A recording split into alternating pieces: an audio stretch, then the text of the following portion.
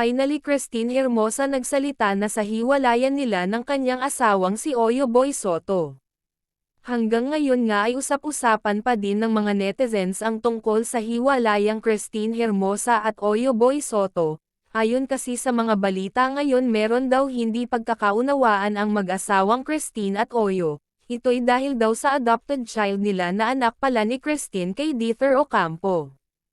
Hindi man daw nagbigay ng malinaw na sagot si Christine ay sapat na ito upang malaman na meron nga talagang hindi pagkakaunawaan ang mag-asawa pero kaya naman daw ayusin kung ano man ang problema nila. Sa ngayon ay maraming netizens pa rin umaasa na magkakaayos pa sila at kung ano man ang problema sana mapag-usapan nila para sa kanilang mga anak, dahil napakahirap daw ng broken family at ang lubos na maaapektuhan ay ang kanilang mga anak.